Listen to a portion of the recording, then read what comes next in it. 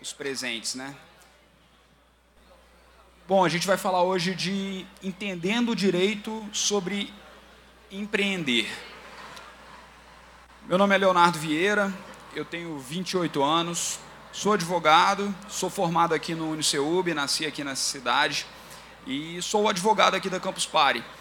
E eles me pediram para falar um pouco do que é empreender direito, porque muitas vezes as pessoas focam somente na sua atividade, no seu produto, e esquecem das questões correlatas a tudo isso. Então vamos falar um pouquinho sobre isso. Eu tenho um escritório de advocacia, ele tem 7 anos, e por lá já passaram mais de 3.000 causas em direito empresarial, né? Então isso me traz uma bagagem para dizer onde e como os empresários erram. O advogado tem uma vantagem de não precisar vivenciar o problema, não estar diretamente inserido nele, para poder verificar o que aconteceu, onde estavam os erros. E é isso que a gente vai tentar passar para vocês hoje, como e por que se erra tanto, né?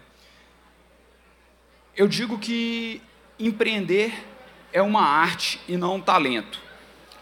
Vocês já pararam para se perguntar, por que é que tantos empresários vão tão bem e outros têm a sua carreira tão curta, passa num piscar de olhos, como num suspiro acaba? Será que tudo isso está vinculado à sorte, a investimento, capital de giro? Será que um é tão mais genial do que o outro? Eu te asseguro que não, tá? Com certeza não são só esses os aspectos que distinguem um empresário que vai bem de outro que vai mal. Então, empreender é uma arte, não um talento. Bom, mas talento não seria uma arte? Não, você precisa moldar, você precisa trabalhar e praticar esse seu talento para que a arte do empreender aconteça. E aí vem a primeira pergunta, assim, mas o que é esse empreender, né? Eu imagino que vocês não tenham pesquisado, nem esperava o contrário, mas eu procurei no dicionário o que é empreender, né? E é decidir realizar, tentar.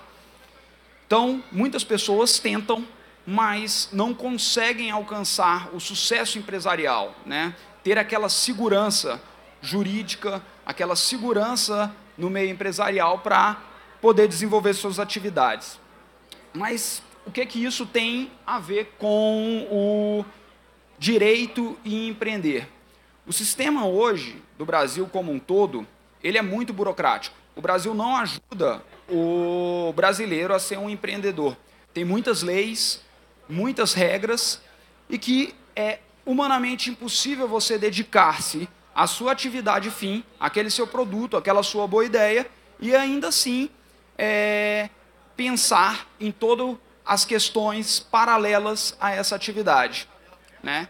Então, eu não digo que vocês não devem focar no seu sonho. O foco do empresário tem sim que ser o seu objetivo, a elaboração do seu produto, o desenvolvimento daquela sua grande ideia que você teve, mas para que essa realização seja feita, ela precisa ser feita de maneira segura e consistente.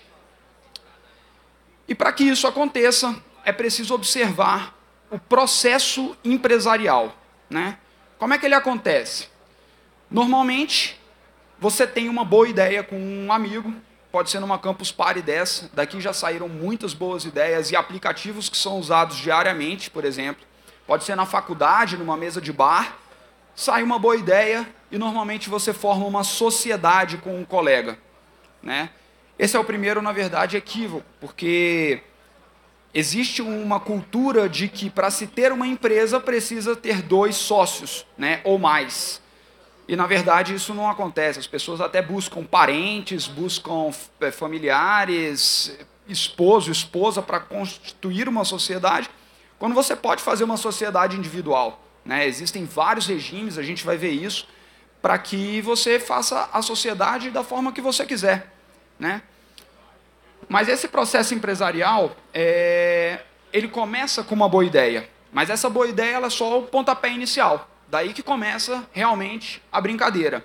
E aí quando a gente começa a perguntar, quando as pessoas nos procuram, se foram observados os passos desse processo, normalmente bate um desespero.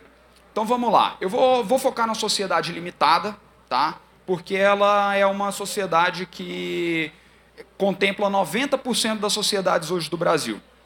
Então, as outras, existem outros regimes, como eu falei, tem sociedade anônima, tem EIRELI, que é a empresa individual, tem uma série de outros regimes societários, mas essa é a mais usual, então eu vou focar nela, que é quando você, com um colega, com alguém da sua confiança, resolve associar-se, tornar-se uma sociedade e constituir a sua empresa.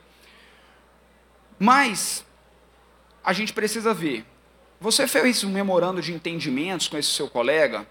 Você fez um você estabeleceu os critérios de valuation da sua empresa, ou seja, quando você resolver vender ou quando ela acabar por algum motivo, como você vai monetizar isso?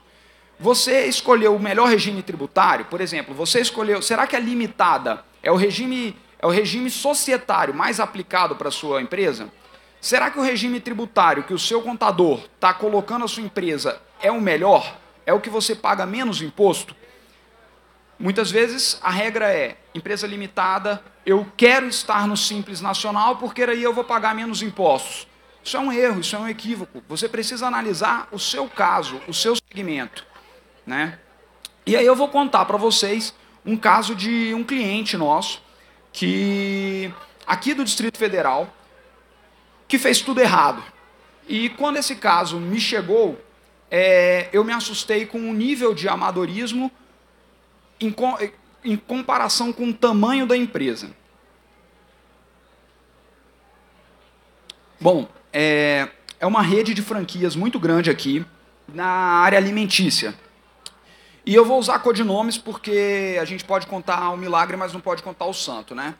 Então, essa rede nos procurou quando o imbróglio já estava formado e já estava uma confusão só. Bom, até porque, pelos slides da minha assessoria de comunicação, eu vou usar os codinomes aí do Batman e do Robin, que vão brigar daqui a pouco, e também do Homem de Ferro, do investimento.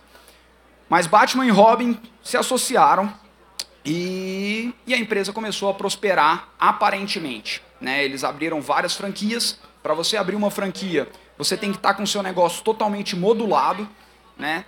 E com o passar do tempo, o Robin falou, olha Batman, eu sou servidor público, eu estou me desgastando muito porque a área alimentícia exige que você esteja presente aos fins de semana e tudo, e eu não estou mais disposto. Você tem interesse em comprar minhas cotas?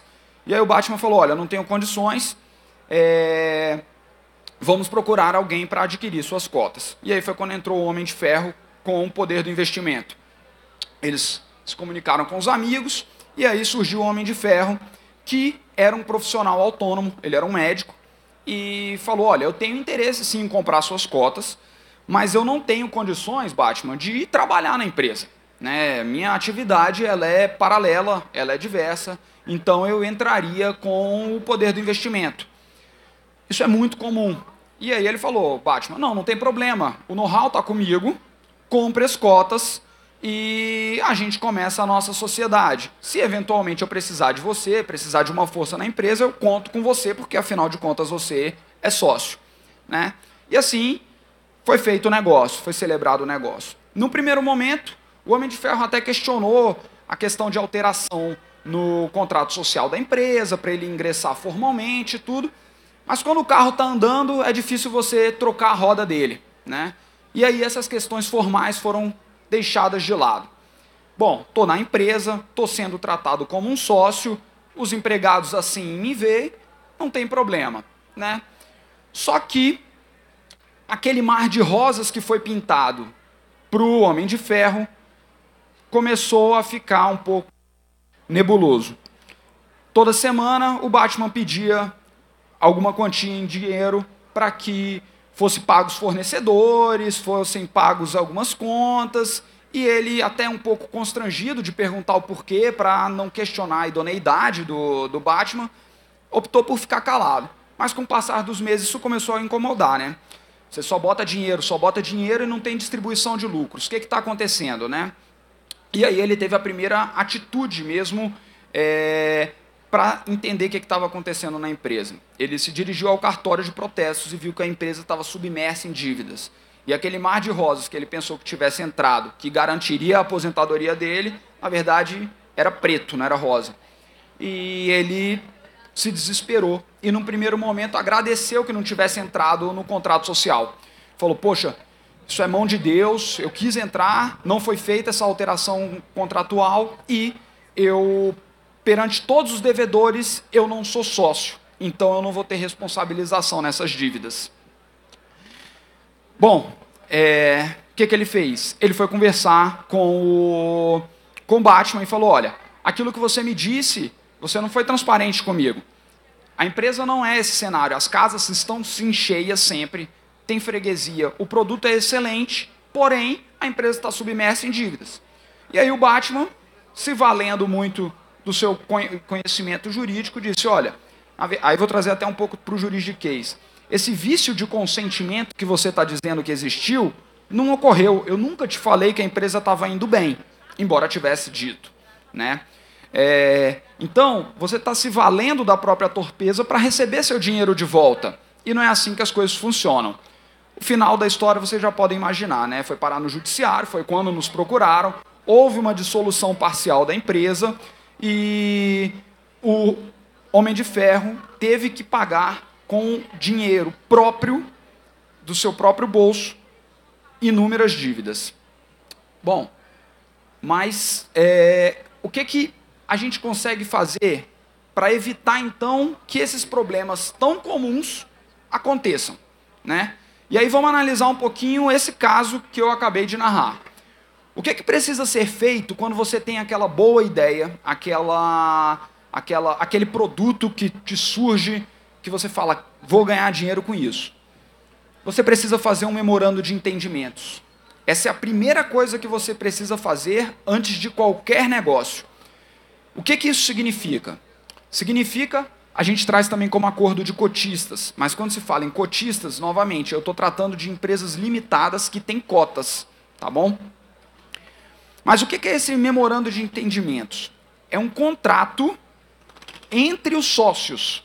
Ele só tem efeito perante os 2, ou 3, ou 4 sócios, ou quantos forem, mas só tem efeito perante eles, e não perante terceiros, tá? Onde você vai dizer o seguinte, eu vou pagar tanto para ter tantas cotas, se um de nós resolver sair da empresa, essas cotas que você adquiriu hoje, que você investiu, que integralizou capital, serão pagas dessa forma. Caso um de nós faleça, os nossos herdeiros não poderão entrar na sociedade, ou sim poderão. Então são inúmeras questões que dizem respeito tão somente àquela sociedade. Muitas vezes, quando a gente vai elaborar um termo desse, a sociedade nem se concretiza. E se assim o for, que bom, porque significa dizer que lá na frente eles teriam essas divergências e a sociedade iria acabar de uma forma muito mais desgastante, com dinheiro sendo envolvido, inclusive, tendo se perder dinheiro, esse tipo de coisa. Então, assim, é imprescindível que se faça esse memorando de entendimentos para estabelecer qual a regra do nosso jogo, o que a gente realmente está combinando, né? Bom, mas, como eu disse, isso tem efeito perante as partes, né? O que precisa ser feito perante os terceiros, perante os fornecedores, perante o fisco, perante todo mundo? É a constituição formal da empresa, né? Se por um lado o Homem de Ferro não conseguia comprovar que aquele cenário de rosas que foi pintado para ele o foi pelo Batman, porque não tinha um memorando de entendimentos, quando ele achou que não estava no contrato social da empresa, e por isso era uma coisa boa, ele na verdade estava dando um grande tiro no pé dele, porque aquela sociedade que ele estabeleceu com o Batman era uma sociedade de fato. E aí ele respondeu pelos bens pessoais dele. A constituição da empresa, ela é fundamental, não só para que você consiga girar a tua empresa, ter um CNPJ, esse tipo de coisa, que todo mundo exige isso, né? Mas por um benefício ao empresário que poucos se atentam. As pessoas jurídicas, elas gozam de proteção legal. Então, o que é a sociedade limitada? O que esse nome nos traz?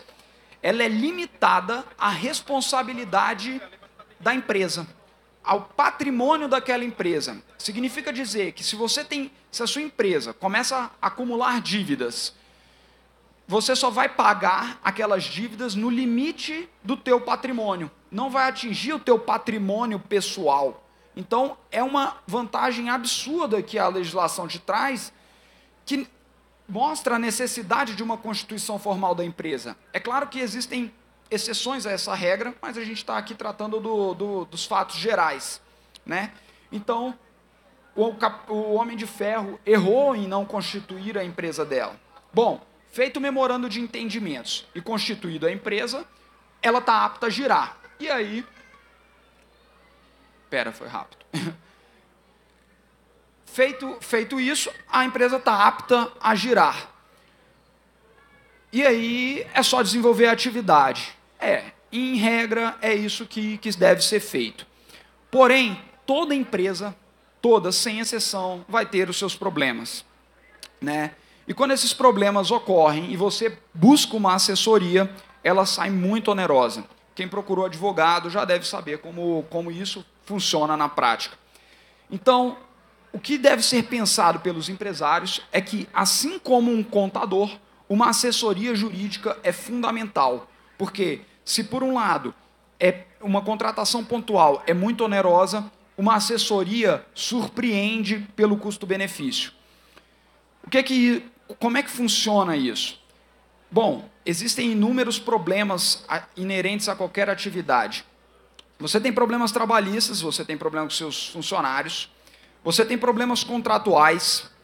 Nesse caso, a empresa, ela teve o Homem de Ferro teve um problema muito grande, porque o principal restaurante dele, o principal restaurante da rede, ele entrou em agosto. E quando foi em dezembro, o locador pediu o imóvel de volta para sua posse. E aí ele não tinha analisado os contratos vigentes com todos os restaurantes. Então, assim, foi um erro primário da parte dele não ter observado os contratos. Então, os contratos precisam ser observados, as relações trabalhistas precisam ser muito bem observadas, sob pena de você ter que pagar a funcionários, a ter Ministério Público do Trabalho intervindo dentro da sua atividade. Mas, mais do que isso, uma assessoria, ela agrega valor à tua atividade. Existe uma máxima no direito empresarial que a gente fala, com um bom contador, com um bom advogado e uma boa ideia, o céu é o limite. Por quê? O contador é uma exigência legal e todo mundo procura. Muitas vezes o critério é até preço. A gente busca, bom, eu tenho que ter um contador, já que é uma exigência, e eu quero mais barato. É o primeiro erro, mas outro erro é não contratar uma assessoria jurídica. Ele agrega valor ao teu negócio, não só minimizando os eventuais prejuízos que você pode ter, mas te gerando valor direto. Bom, mas como assim, Leonardo? O que você está querendo dizer com isso? Bom, eu vou tratar de um caso recente, teve em voga agora, que era a exclusão do ICMS sobre a base de cálculo do PIS e da COFINS. Não espero que vocês saibam sobre isso, mas o STF decidiu e apareceu em todos os jornais sobre essa decisão. O que isso significa? Que as pessoas que ingressaram no judiciário com essa tese pagarão menos impostos sobre este aspecto. Então é o seguinte, existem inúmeras teses tributárias que você consegue submeter ao judiciário e que o seu contador não pode fazer isso, porque a Receita Federal não permite que o faça de maneira administrativa. Então, você precisa submeter e precisa ter a chancela do judiciário para que você consiga parar de pagar aqueles impostos ou diminuir as suas alíquotas. Isso te gera um capital mensal.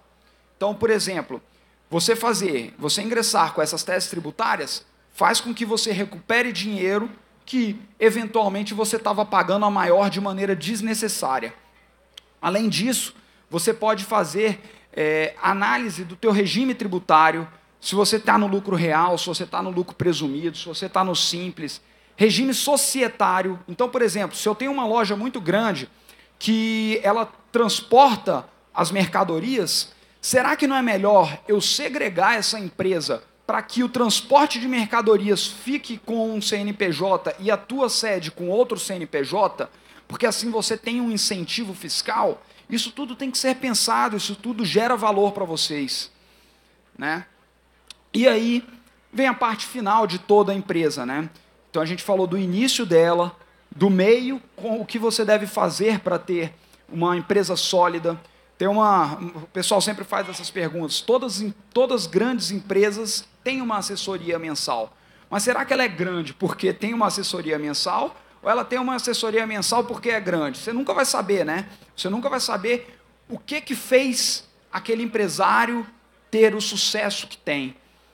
Mas toda sociedade ela é dissolvida. É triste saber isso, mas ela é dissolvida. Não estou dizendo da empresa. A empresa acaba, eu imagino que nenhuma vai perdurar para sempre, mas toda a sociedade sim termina. Ou porque os sócios brigaram, ou porque um deles vai falecer mais cedo ou mais tarde, né?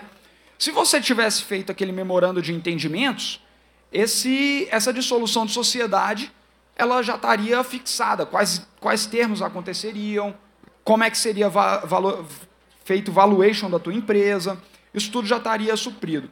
Mas, independentemente, se for feito de maneira amigável ou litigiosamente, o fato é, isso tem que ser feito de maneira formal, tá? 3 casos chegaram ao nosso escritório de maneira muito parecidas, e até surpreendeu a similaridade mesmo dos casos. Eram 3 empresários muito grandes, são casos distintos, tá? Em épocas distintas, inclusive. Mas eram 3 empresários muito grandes que constituíram a empresa com a sua esposa como sócia, né? E com aquela cultura antiga de que eu preciso ter um sócio, né?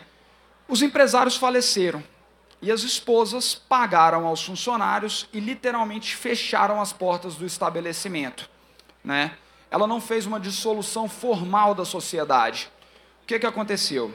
Viveu o luto por muito tempo, não se preocupou com isso, até porque o patrimônio deles era tão grande que elas não precisariam mais se preocupar realmente com dinheiro, poderiam viver para o resto da vida com esse patrimônio, mas não fizeram a dissolução formal da sociedade. E aí o fisco não perdoou. Depois de alguns anos, inúmeras execuções foram ajuizadas, e com juros, com multa, e a dívida estava impagável. Essas 3 viúvas hoje ainda estão vivas, elas vivem numa casa onde a gente tem que fazer impugnações de penhoras constantes para que ela consiga permanecer residindo na casa. Todo o resto do patrimônio foi dilapidado, foi penhorado e levado à praça porque não fizeram uma dissolução formal da empresa. Então, assim, a gente vê que é imprescindível essa observância às formalidades para que você empreenda direito, né? Foi o que eu disse, a gente precisa ter o foco na sua atividade, mas você não pode fechar os olhos para as questões paralelas, correlatas ao teu negócio. Contrate alguém da sua confiança que faça isso por você, para que você consiga, de fato, empreender e alçar voos maiores do que a maior parte das pessoas o faz. Eu vou chamar um cliente e um grande amigo meu, o Carlos, para contar um pouco dessa história de sucesso. Ele é o presidente da Seatoy, é uma empresa que saiu da Feira do Paraguai com uma barraca e hoje tem mais de 200 funcionários e eu tenho o prazer de apresentar a vocês. Obrigado, pessoal. Esses são os meus contatos. Qualquer dúvida, me ligue.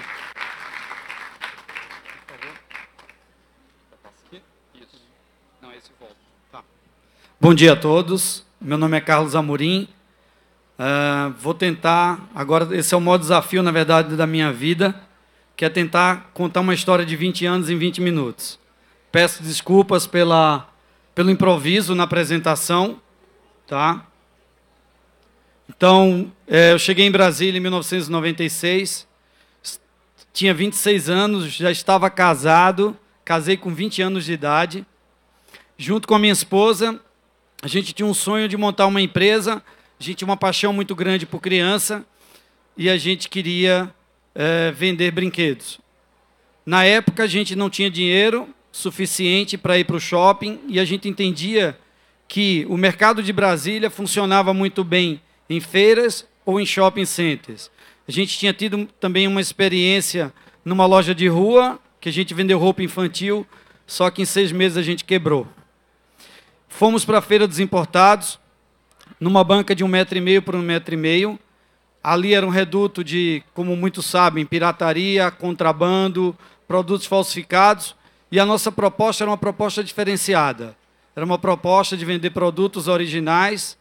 E aos poucos a gente foi ganhando o mercado. A Mattel, que era o maior fabricante de brinquedos do mundo. Para quem não conhece, Mattel é Barbie, Hot Wheels, Fisher-Price, entre outros. A Mattel era distribuída pela Estrela. A Estrela, naquela ocasião, trazia para o Brasil produtos de 2 anos atrás, da coleção dos Estados Unidos. Resumindo, o brasileiro consumia lixo, era o que o mercado americano não queria mais, se trazia para aqui e se fazia mídia e vendia como se fosse um produto de lançamento. A Mattel rompeu com a Estrela, a gente encontrou um parceiro em São Paulo e começamos a trazer produto que o mercado não tinha. A gente entendia que, mesmo naquela época, a gente tinha que trabalhar de forma formal, que era muito difícil, principalmente onde a gente estava. Enfrentamos um preconceito gigante, inclusive de clientes que chegavam procurando uma Barbie de R$5, a gente tinha uma Barbie por R$50, e de entender o porquê de ter um produto como aquele num lugar como aquele. Esse foi um desafio realmente muito grande, e 4, 5 meses depois a gente começou a ganhar mercado mesmo lá. Todo mundo passou a nos conhecer como a banquinha dos brinquedos originais. Era a única na feira que vendia produto como o nosso. 2 anos depois, tivemos... meu sogro era economista, tinha um amigo que visitava todos os finais de semana e ele me via sempre viajando para São Paulo. Encontramos um parceiro que fazia importação dos produtos e ele falou que poderia me ajudar, que tinha uma grande oportunidade para a minha vida. Me apresentou uma pessoa que estava em Brasília, morava em Miami, e que tinha uma trading, e que esse cara seria a solução da vida da gente. Então ele passou a nos fornecer produtos, só que ele fazia simplesmente o trabalho de trading, ou seja, toda a parte burocrática, a mercadoria chegava aqui para a gente, toda legal, só que a gente antecipava todo esse dinheiro para ele. Juntei todo o dinheiro que eu tinha na minha vida, isso foi equivalente a $5.000, enviei para esse cara, era véspera de Natal, com um monte de encomendas, estou esperando até hoje os produtos chegarem. A gente quebrou, novamente. Tinha um cartão de crédito, com esse cartão de crédito foi de um consórcio que eu fiz durante 5 anos de um carro. Tinha um limite, que com esse limite a gente começou de novo a comprar, busquei novamente parceiros em São Paulo, o mercado vinha evoluindo, a Mattel entrou direto no Brasil, e daí começamos a sair da feira. Já estávamos com um pouco mais de grana, fomos para a primeira loja de shopping, foi no Terraço, isso em 2001. Depois disso, começamos a abrir uma loja atrás da outra, porém em shoppings de pouca expressão, porque a gente não queria ir para o confronto direto com uma rede nacional que tinha uma quantidade maior de lojas e tinha no Park Shopping a melhor loja do Centro-Oeste. Park Shopping era um sonho de consumo para a gente, mas era algo muito longe ainda dentro do nosso caminho, por todos os custos que todos devem imaginar que é o shopping mais caro que a gente tem na cidade. E aí fomos para o Península, no Lago Norte, para o Alameda, enfim, Gilberto Salomão, para lugares de pouca expressão que não tinha ainda o nosso segmento.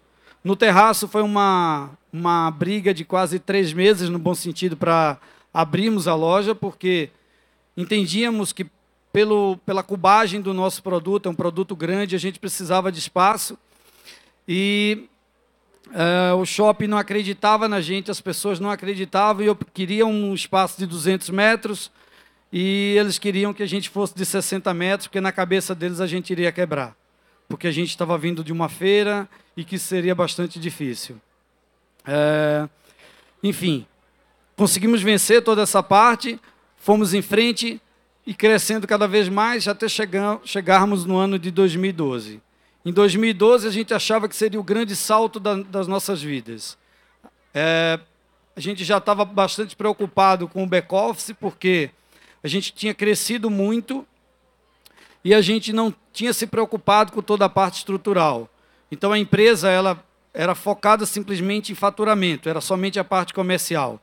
Eu brincava dizendo que eu tinha em casa uma caixa que ali era meu financeiro.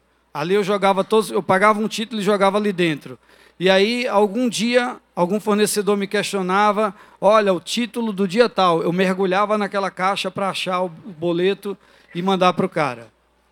Só que não dava mais. A gente já estava com 9 lojas e a gente precisava realmente organizar o back-office. A gente tinha uma sede pequena lá na cidade dos automóveis e resolvemos, em 2012, construir uma sede de 3.000 metros quadrados, que tivesse 3 pisos de escritório e a gente pudesse criar cada departamento da empresa. Porque se isso não fosse feito, certamente a gente iria quebrar.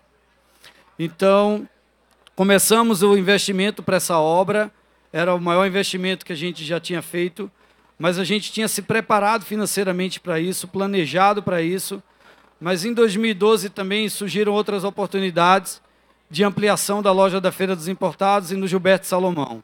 A gente não podia perder, porque a economia estava aquecida naquele momento, e a gente queria ir. Fomos, só que de uma forma um pouco mais arrojada, tivemos que buscar um pouco de capital em banco, coisa que a gente nunca havia feito, e depois, quase na inauguração dessas lojas, surgiu uma outra oportunidade, e essa sim era maior que a gente esperava, que foi o Parque Shopping. Então, tinha uma loja Americanas de 3.000 metros, que entregou 2.000, e lá tinha o nosso maior concorrente, como eu falei, que tinha uma loja de 400 metros. E as nossas lojas maiores que a gente tinha 200 metros, e a gente sabia que enfrentar o maior do Brasil, no melhor shopping, que era a melhor loja deles do Centro-Oeste, a gente teria que ir grande. Então surgiu a oportunidade e a gente foi com uma loja de 800 metros, o dobro da loja deles. Só que no momento que a gente já estava um pouco fragilizado financeiramente, em função do investimento do CD.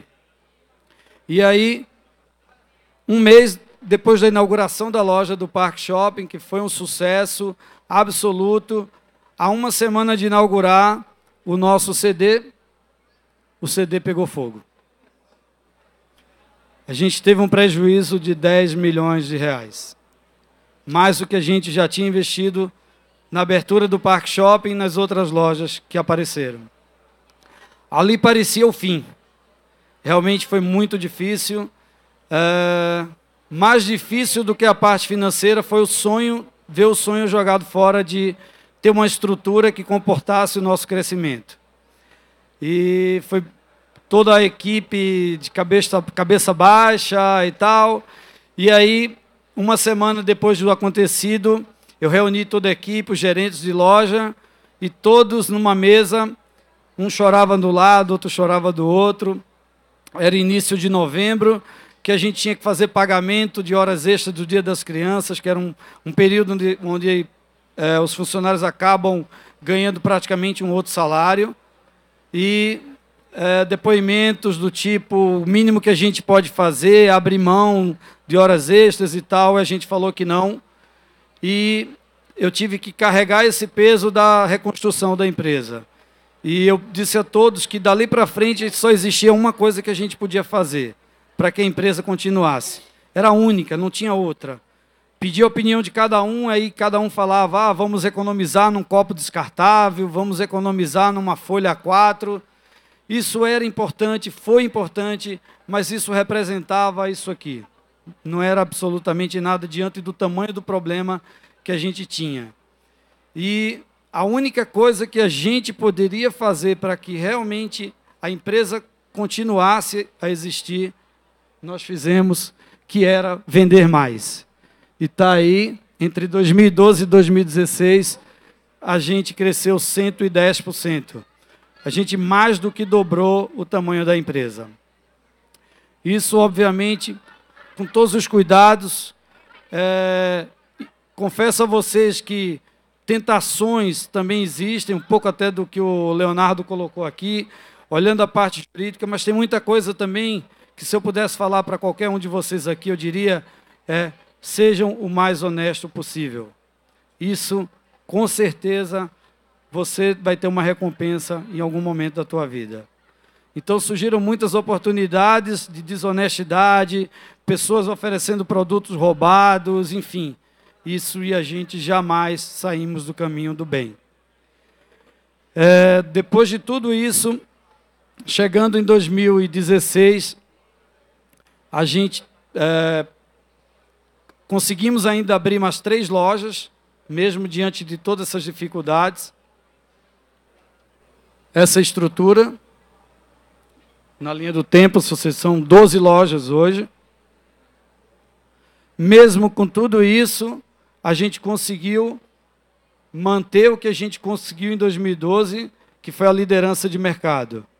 Hoje temos um concorrente que tem investimento de um fundo internacional, que tem bilhões de dólares. Trabalhamos com nosso capital assinado e somos líder ainda na região.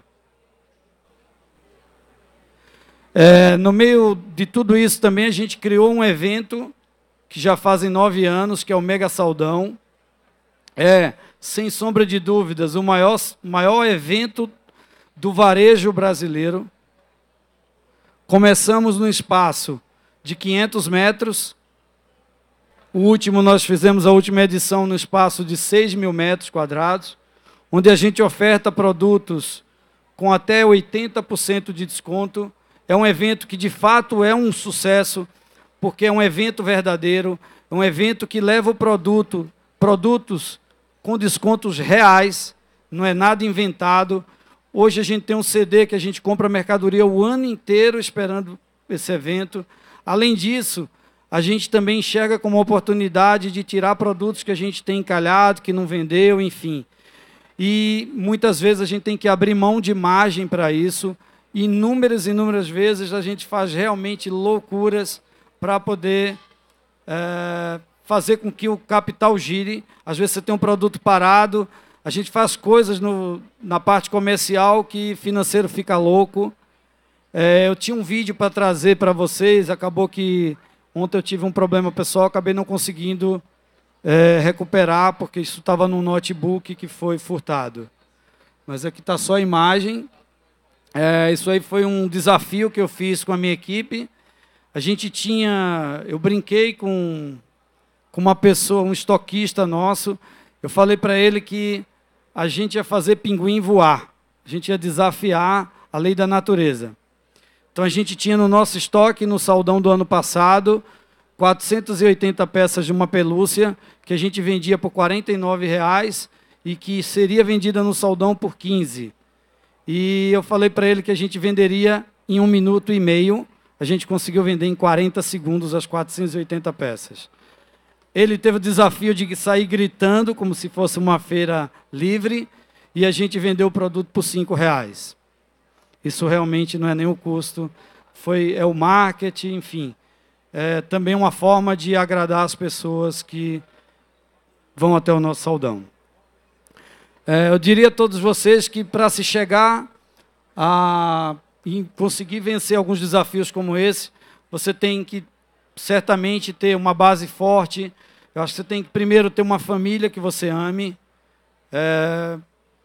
Você tem que ter uma equipe que te apoie e, acima de tudo, você tem que amar aquilo que você faz. Se você não amar o que faz, dinheiro nenhum do mundo compensa.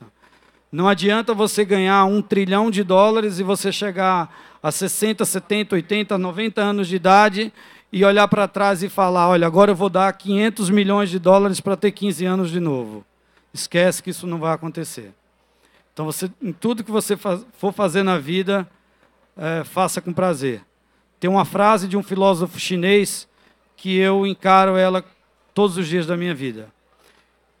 Ele diz que, ao escolheres uma profissão, procures algo que te dê prazer, e assim não terás que trabalhar um dia sequer da tua vida.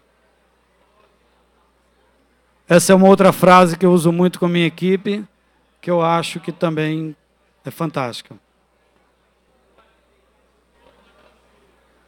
Obrigado.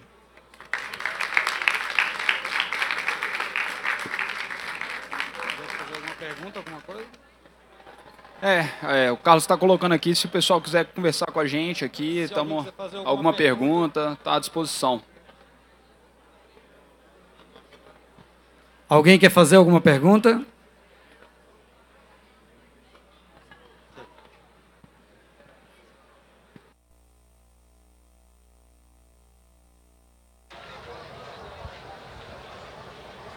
Deixa eu levar aqui. Senhor Carlos, bom dia.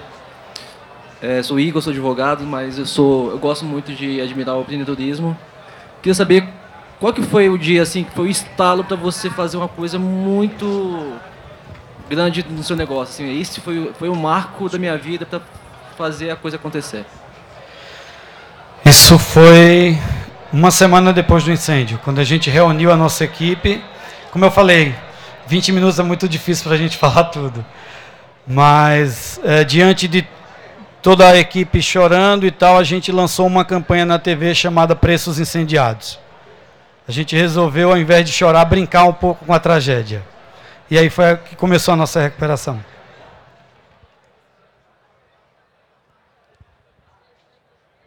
Mais alguém?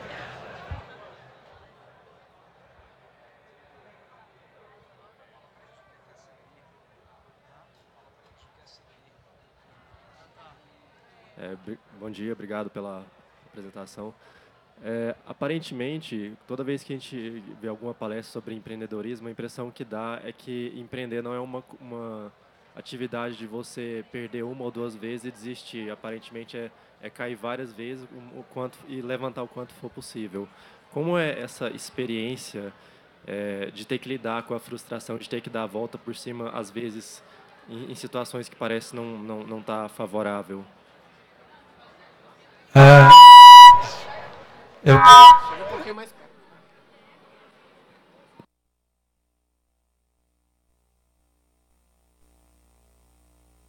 Tudo bem. De fato, é uma queda muito grande. Mas eu costumo também, como apaixonado pelo que faço, eu já li algumas vezes livros de alguns caras que eu me espelho muito. E um deles é o Walt Disney. Esse cara também quebrou por várias vezes. E tem uma frase dele que eu também responderia a tua pergunta com ela. Eu procuro o impossível, porque lá a concorrência é menor. Mais alguém?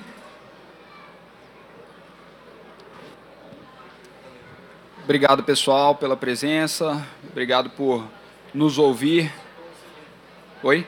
Eu pedi para ele explicar o que é CD, que ele mencionou tantas vezes, eu imagino que alguns não saibam. Desculpa, quando eu sempre mencionei a palavra CD, a sigla, é Centro de Distribuição. Beleza. Obrigado, bom dia, pessoal.